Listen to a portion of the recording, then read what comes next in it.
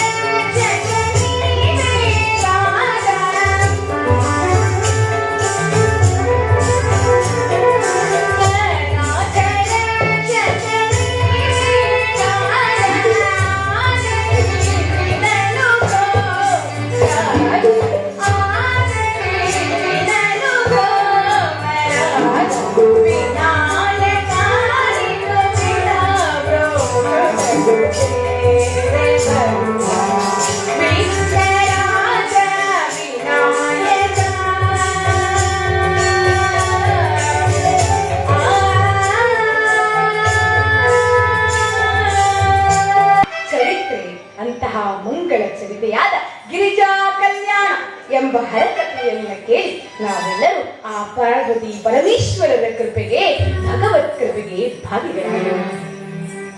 ಬ್ರಹ್ಮ ಮುರಾರಿ ಸುರಾರ್ಚಿತ ಲಿಂಗಂ ನಿರ್ಮಲ ಭಾಷಿತ ಶೋಭಿತ ಲಿಂಗಂ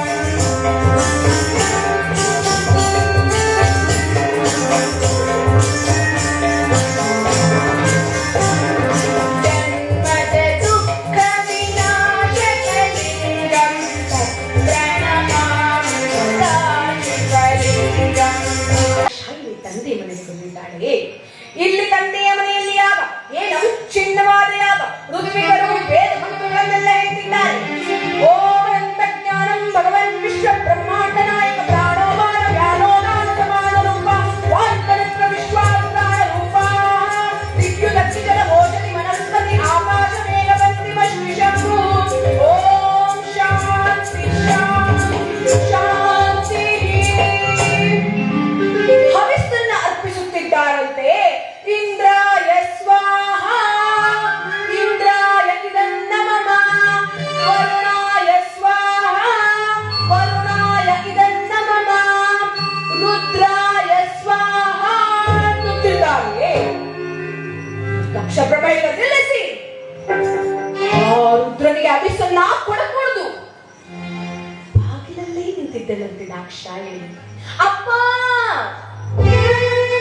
ಅಪ್ಪ ಅಂದ್ರೆ ತಿರುಗು ನೋಡ್ದ. ಓಹೋ ದಾಕ್ಷಾಯಿಣಿ, ನಿನ್ನ ಗಂಡ ಹೇಳಿ ಕಳಿಸಿದ್ನೋ ಇಲ್ಲದೆ ಇರುವ ಗೌರವವನ್ನು ನನಗೆ ತಂದುಕೊಡು ಎಂದು. ನಿನ್ನನ್ನ ಇಲ್ಲಿಗೆ ಬಾ ಎಂದು ಕರೆದವರು ಯಾರು?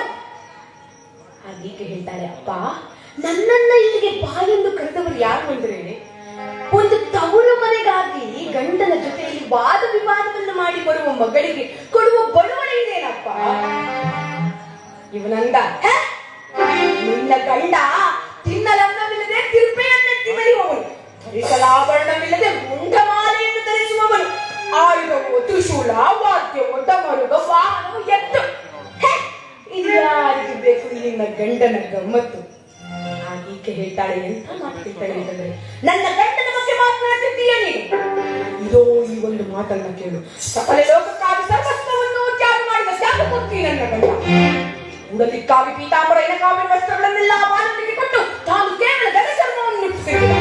ಕತ್ತಿ ಕಟಾರಿ ಅಪ್ಪು ಈಗಿದ್ದವರಿಗೆ ಗೊತ್ತು ಕಲ್ಲುಗಳನ್ನೆಲ್ಲ ಮಾನವನಿಗೆ ಕೊಟ್ಟು ತ್ರಿಶೂಲವನ್ನು ಹಿಡಿದು ತಿರುಗಿದ. ಆನೆ ಒಂಟೆ ಕುದುರೆಗಳನ್ನು ಮಾನವನಿಗೆ ಕೊಟ್ಟು ತಾನು ಎತ್ತು ಸೇರಿ ತಿರುಗಿದ. ಅವಳ ಬಂಗಾರ ಬೆಳ್ಳಿ ಪಾತ್ರಗಳನ್ನು ಮಾನವನಿಗೆ ಕೊಟ್ಟು ತಾನು ಕಪಾಲವನ್ನು ಹಿಡಿದು ತಿರುಗಿದ. ಮುತ್ತರತ್ನ ಮತ್ತು ವೈಡೂರ್ಯಗಳನ್ನು ಮಾನವನಿಗೆ ಕೊಟ್ಟು ತಾನು ಕೇವಲ ರುದ್ರಾಕ್ಷಿಯನ್ನು ಹಾಕಿ ರುಂಡಮಾಲೆಯನ್ನು ಧರಿಸಿ ತಿರುಗಿದ. ಊರಿನ ಸಹವಾಸ ಊರಿನ ಜನರಿಗೆ ಕೊಟ್ಟು ತಾನು ಸ್ಮಶಾನವಾಸಿಯಾಗಿ ಮಾಡುತ್ತಿದ್ದಾನೆ.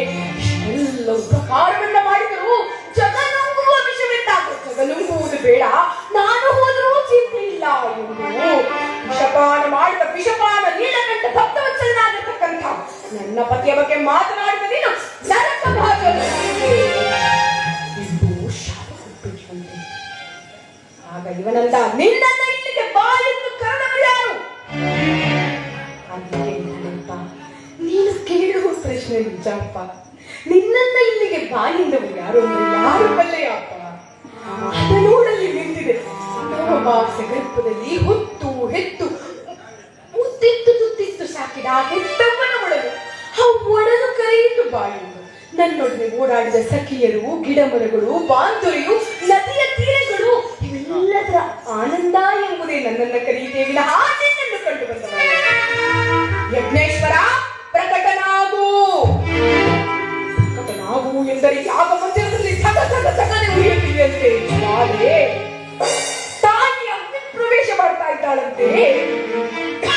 ದೂರದಲ್ಲಿ ನಿಂತಿದ್ದ ನಂದಿ ಭೃಂಗಿಯರು ಅಮ್ಮ ಅಮ್ಮ ಅಂತ ಕರೆಯುತ್ತಿದ್ದಾರೆ. ತಾಯಿಯ ಅಗ್ನಿಯಲ್ಲಿ ಮರೆಯಾಗಿ ಹೋಗಿದ್ದಾಳೆ. ಓಡೋಡಿ ಬರ್ತಾ ಇದ್ದರಂತೆ ಪರಶುವಿನ ಹತ್ರ. ಸ್ವಾಮಿ ಸ್ವಾಮಿ, ಎಲ್ಲವನ್ನ ಬಲ್ಲ ಶಿವ, ಏನಾಯ್ತು ನಂದಿ, ಏನಾಯ್ತು ಭೃಂಗಿ? ಸ್ವಾಮಿ, ಬಹುವಿಧವಾದ ಹೀನ ನುಡಿಗಳಿಂದ ನೋಯಿಸಿದನ ದಕ್ಷ ಬ್ರಹ್ಮ ಅಪಮಾನವನ್ನು ಸಹಿಸಲಾರದೆ ತಾಯಿ ಜ್ವಾಲೆಯಲ್ಲಿ ಮರೆಯಾಗಿ ಕುಳಿತಿದ್ದಂಥ ಪರಮೇಶ್ವರ ತೊಡನೆಯ ತನ್ನ ಜಡೆಯನ್ನು ರಪ್ಪಳಿಸಿ ವೀರಭದ್ರ ವೀರಭದ್ರ ಎಂದರೆ ಅಪ್ಪಳಿಸಿ ಆರ್ಪಡಿಸಿದಲ್ಲಿ ಕೆಂಗಣ್ಣಂತಿರುತ್ತಲೆತ್ತ ವೀರಭದ್ರ. ವೀರಭದ್ರ ಎಂದರೆ ಪರಮೇಶ್ವರ ಹೇಳಿದಂತೆ ಹೋಗು. ಅಹಂಕಾರದಲ್ಲಿ ಮೆರೆಯುತ್ತಿರುವ ದಕ್ಷನಿಗೆ ತಕ್ಕ ಶಿಕ್ಷೆ. ವೀರಭದ್ರ ಭೂತಗಳನ್ನ ಸಹಿತವಾಗಿ ಬಂದಿದ್ದಾನಂತೆ. ಇಡೀ ಯಾಗ ಮಂಟಪವನ್ನೆಲ್ಲ ಧ್ವಂಸ ಮಾಡಿ ಆ ದಕ್ಷನ ಶಿರಶ್ಛೇದನವನ್ನೇ ಮಾಡಿದ. ದೇವತೆಗಳು ನೋಡಿದ್ರು. ಅಮೃತ ಪಾನ ಮಾಡಿದ ದಕ್ಷ ಬ್ರಹ್ಮನಿಗೂ ಮರಣವೇ ಇತ್ತಲ್ವೇ. ಆಮೇಲೆ ಈತನ ದುರಹಂಕಾರ ಈತನನ್ನ ಬಿಟ್ಟು ಹೋದ ಮೇಲೆ ಈತನಿಗೆ ಆಡಿನ ತಲೆಯನ್ನ ಇಟ್ಟು ಜೀವ ಕೊಟ್ಟನಂತೆ. ಸರ್ವರಿಗೆ ಶುಭ ಮಂಗಳವಾಗಲಿ, ಅಮಿಗಳಿಗೆ ಸರ್ವರಿಗೆ ಶುಭ ಮಂಗಳವಾಗಲಿ, ಅಮಿಗಳಿಗೆ ಮಂಗಳ ಶುಭ